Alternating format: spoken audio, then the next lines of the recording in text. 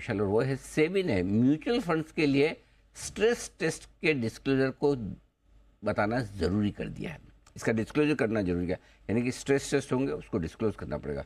क्या है ये खबर, कब से लागू होंगे नियम, कुशल बताइए। सर 1 अप्रैल से ये जितने भी जो म्यूचुअल फंड के रूल्स हैं ना, उसमें कुछ एक बदलाव, जो अमेंडमेंट्स हैं वो सेबी करते हुए नज़र आएंगे। और उसमें सबसे पहला तो यही है कि यहाँ पर एनएफओ फंड डिप्लॉयमेंट की जो टाइमलाइन है जो ये देते हुए दिखेंगे, उसके अंतर्गत ही आपको पूरा का पूरा fund as fund manager deploy कर देना है।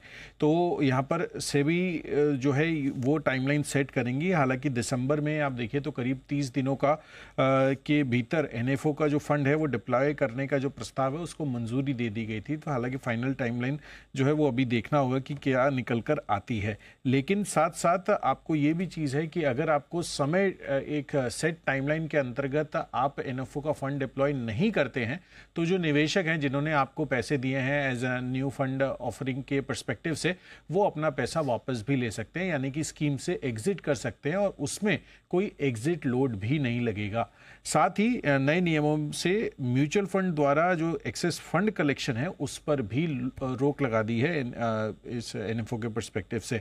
तो ये कुछ एक नियम है जिन पर सेबी जो है वो 1 अप्रैल से ये म्यूचुअल फंड के जो नियम है, ये जो बदलाव है, ये लागू होते हुए दिखेंगे। एंड ऑफ कोर्स जैसे कि आप बता रहे थे कि जो स्ट्रेस टेस्टिंग है उसका भी आपको डिस्क्लोजर देना पड़ेगा। ऑफ कोर्स निवेशकों के हक में ये चीज़ साफ तौर पर निकल कर आएगी आगे आने वाले समय में कि म्यूचुअल फंड स्कीम्स की जो स्ट्रेस टेस्टिंग है, जैसे बैंकों की स्ट्रेस टेस्टिंग होती है वैसे म्यूचुअल फंड स्कीम्स की भी स्ट्रेस टेस्टिंग होती है और उसका डिस्क्लोजर अब आपको निवेशकों के सामने रखना होगा।